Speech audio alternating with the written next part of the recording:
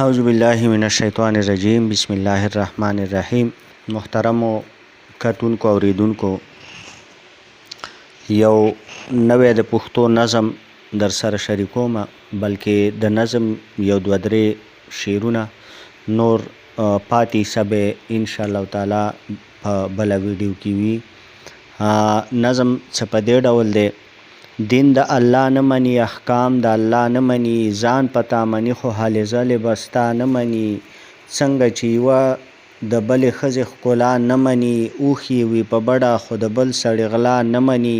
داسې کس په کومو درجاتو د ایمان دی؟ وایه مولانا صاحب چې دا څنګه مسلمان دی.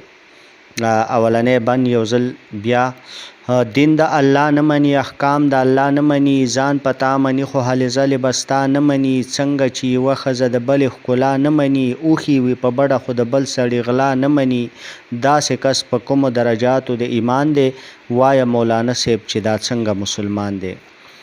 ځان نه علاوه په دې سماج کې بل غل نه مني، خپل چل ته هنر وایي د نورو چل ول نه مني. دلته د اصولو روایات مکمل نه مني، نه مني خدمات د چا د هیچا عمل نه مني.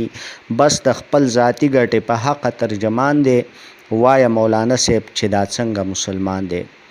برخه ورکونه بیا که هر څه وي حلال وي، بیا یې په جذبو کې عجیبه شان استقلال وي. کله چې ورمات د بادشاهي خزانې مال وي، ټولې اداګانې او نخرې د کمال وي. دا کس د خپل فکر ریاست کې حکمران دی.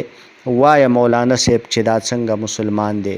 دین د الله نه مني، احکام د الله نه مني، ځان پتا مني خو هلې ځلې به ستا نه مني. څنګه چې یوه د بلې ښځې ښکلا نه مني، اوښې وي په بډه خو د بل سړي غلا نه مني. داسې کس په کومو درجاتو د ایمان دی؟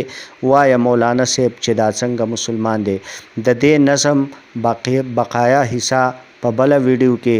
ډیره زیاته مننه، شکریه.